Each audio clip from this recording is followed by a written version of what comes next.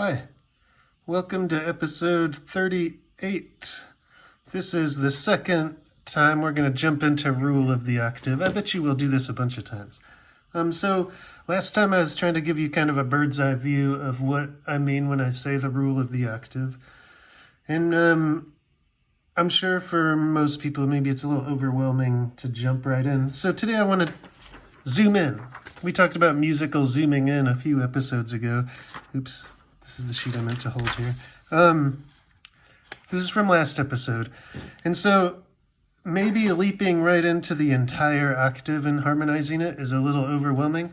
So let's do this. Let's look at just the very beginnings, the first three notes ascending, or the first three notes descending of a bass line, or the first three notes ascending as a top line, or the first three notes descending as a top line.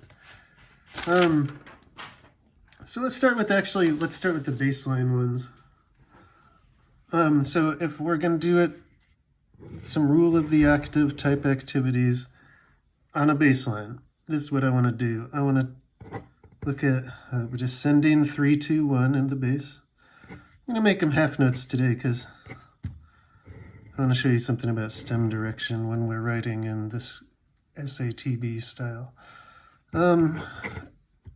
Or ascending, 1, 2, 3. So we're in the key of C. So we're talking about either mi, re, do, or do, re, mi. Easy as do, re, mi. Easy as A, B, C. Easy as 1, 2, 3. Let's do it. It's going to be fun. It's going to be super fun. So, like last time, we're going to start with some rules. So our very first rule last time was project the tonic. The tonic is C major, right? So let's talk about how you project the tonic. So a C major chord. A C major chord, maybe you have to go back and review this, maybe not, but any chord has three members, the root, the third, and the fifth. These are your chordal members of the triad, of your tonic triad, which is C. You got your root, you got your third, you got your fifth. And if you write your C chord just like this, that is a consonant chord. But if you make the third be the bottom note, then you have your 1/6 chord. We talked about this, like I said, maybe you have to go back and review, but this means our one chord in first inversion. So now your third is on the bottom, and your fifth is above that, and your root is above that. And really, when we say 1/6, it doesn't have to be this exact voicing. All it means is that E is the lowest note. So these are your two consonant tonic triads. I know if you're like an astute student is probably asking me like, well, what about 1/6/4, where the fifth is on the bottom? I just want you right away, right now, in a classical music setting, to always mentally have some alarms go off anytime you have any 6/4 chord. In classical music and in classical music theory, 6/4 chords are almost never being what they look like they are. This has all the notes of a C chord, but as we will get to later, it's almost never acting like a C chord. You'll see why. But for now, just know it's because it's not a consonant chord. A fourth above the bass, the fourth from this G to this C, is not consonant. In classical music theory, a fourth is considered a dissonance, and that top note always is going to want to resolve down to a third. And in fact, the very top note also wants to resolve down. So you got this. It's almost always going to want to do this. And it's almost always going to be actually part of a G chord. You'll see when we get there. Anyhow, for now, know the root position and the first inversion of any kind of triad are the main consonant versions of a triad. And so if we want to project C, we want to make sure anytime we can, we harmonize this bass line with either a 1 chord or a 1/6 chord. So let's do that. 1 chords anytime there's a C in a bass, and 1/6 chords anytime there's an E in the bass. And so our descending last three notes of the rule of the octave, we'll want to go 1/6 and then something else and then a 1. And our first three notes, if we're doing the ascending rule of the octaves, we're going to want to go 1 and then something and then 1, 6. It just stands to reason if we're trying to project tonic, we want to make all the chords that can be tonic.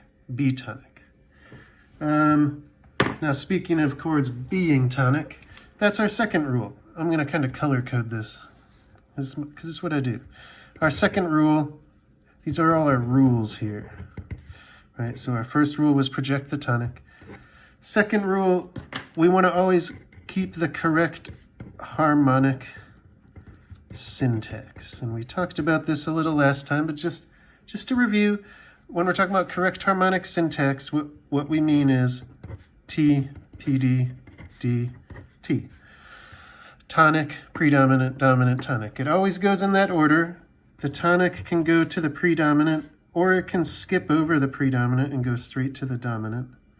The predominant always wants to go to the dominant, and the dominant always wants to go to the tonic. Your tonic chords include 1, 6, 3.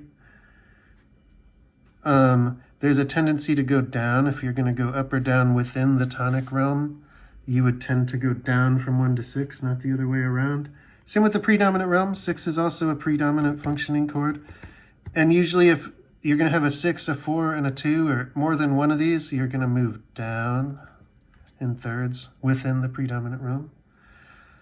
The dominant isn't as decisive, like which one you use when. We tend to try and save our root position 5 chord for the very end of a phrase. We'll get to that later. The most dominant-y chord of all is a 5/7 chord. In fact, anytime you have a major minor 7th chord or dominant 7th chord, so this is a major minor 7th chord because you have a G major triad and a minor 7th, so we call it a major minor 7th chord. And we would just call this a G7, and if you say it out loud, a lot of people call it a dominant 7th chord. And the reason is because anytime you have this kind of chord, it's automatically going to sound dominant. It's going to want to resolve to tonic. It doesn't matter where you do it, it wants to resolve to its tonic. Here's another one. Right? Here's a D7 chord. It wants to go to G. Here's a C7 chord. It wants to go to F. It's a very motivated chord. It wants to go back to tonic. And then to just complete this list, 1, 6, sometimes a 4/6 for this final tonic. 1 is the most tonic-y. So if we want to have correct harmonic sequence and we're going from a tonic chord to another tonic chord, we don't even need this predominant category for these 3-note rule of the octave bits. We can just go tonic, dominant, tonic. Our dominant chord has a G, a B, a D, and an F in it. If we're going to use a 5/7 chord, which let's. So we'll use 5/7 or its inversions. And if we're going to use 5/7 or its inversions, then both of these are going to be the inversion of 5/7 that has a D in the bass. So just to review, I'm going to come back down here and write our 5/7 chord and root position. And just like with triads, there's inversions of a 5/7 chord. This one has the 3rd in the bass, and we call it a 5/6/5 chord. This one, I'm going to pop down an octave just because I'm too lazy to write ledger lines. This is a 5/4/3 chord. And if we had the 7th in the bass, we'd have a 5/4/2 chord. So root position, 1st inversion, 2nd inversion, 3rd inversion. For these harmonizations, since we have a D in the bass, that's going to be our 5/4/3 chords. So we're going to harmonize both of these with a 5/4/3 chord. And there we go. We already kind of decided on our harmonization. So next thing to worry about, maybe worry is the bad word. Next thing to focus on in our rules is voice leading. So again, I've had a couple episodes where I get into voice leading, and if this sounds unfamiliar to you, go back and look at those. Basic rule of voice leading is you want to travel the shortest distance between each note. And then there's some other extra rules. We talked in the very last episode about how you don't want notes to move in parallel octaves. And let me show you a way to work on voice leading. So in our 1 chord and in our 5/7 chord and in our 1 chord, we can list kind of all the notes. We got a do. We have a sol. We have a mi. I'm going to go into another octave's worth. Do, sol, and mi. That's all the notes in our 1 chord. I'm going to write them for this one too. And then for our 5/7 chord, we have a sol, we have a ti, we have a re, we have a fa. Here's another re, another ti, another sol, another fa, another re. Basically, this gives us this like little grid, kind of a choose your own adventure little thing. So like if we look at what we already have in our bass lines, we have mi, re, do, and we have do, re, mi. Those are 2 paths that we could take from a 1 through a 5/7 to a 1 chord. So one of them is do to re to mi, just going up stepwise. And the other is the opposite, mi to re to do, right? Now look at all the other possibilities we could have. We could be like do, ti, do. We could be like mi, fa, sol. We could be like sol, fa, mi. We could just be like sol, hang on to sol, hang on to sol. A lot of times in an inner voice, in a choral setting, like a tenor or an alto is going to just sing a lot of sols. It's just a thing that happens. We can have a do, ti, do. A lot of people call ti, si. And if you've heard of a do, si, do, the dance move in like square dance, that goes all the way back to like more ancient kinds of group dances. And it went literally with a musical. Do, do, ti, do. Little fact for you. So these are like voice leading paths. We can think about them like this too, like do, ti, do. That's like a lower neighbor. The ti was a lower neighbor to the do. It expanded tonic, projected tonic with a lower neighbor. Or you can go do, re, do, upper neighbor. You can be like do, re, mi, and that re is a passing note. We've talked about these a little bit. Mi, re, do. The re is a passing note, right? If we go sol and we hang on to sol and we hang on to sol, that's something we call a common tone. When you have 2 chords after one another and they have the same note, we call it a common tone, and you want to retain common tones. That's kind of part of voice leading. When we talk about voice leading, we talk about moving the least distance in each voice from chord to chord. Obviously, not moving at all is the least possible. Let's put some of this stuff into practice up here. I'm just going to take one of these. Let's say do, ti, do. I'm going to take do, ti, do. That seems like a perfectly nice soprano line, actually, for both of these. It's good to start with your outer voices. So by outer voices, right, you got your soprano, alto, tenor, and bass. Soprano and bass are your outers. Your inner voices are tenor and alto. And then one other word we like to use is our upper voices. And when we're talking about upper voices, we mean everything but the bass. So again, outer voices is soprano and bass. Inner voices is alto and tenor. Upper voices is soprano, alto, and tenor. You'll see why. Bass lines have their own special rules. We generally write the bass with its stems down on the bass clef, the soprano with its stems up on the treble clef. And so let's fill in the rest of the notes we need. Let's start with this one. It's a little easier. So we have a C and a C.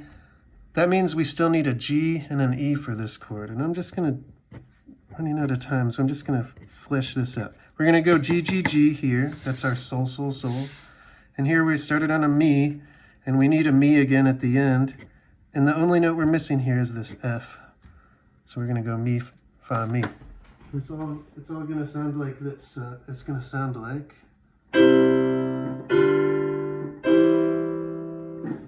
Well, isn't that pretty? And so that's a great way to harmonize this initial 3 notes of a rising rule of the octave, projecting tonic over the course of all 3 chords. And guess what? This exact voice leading works backwards for this version. So again, I know this is a lot. We're going to do a lot with the rule of the octave. We'll even do more with just the first 3 notes of each rule of the octave.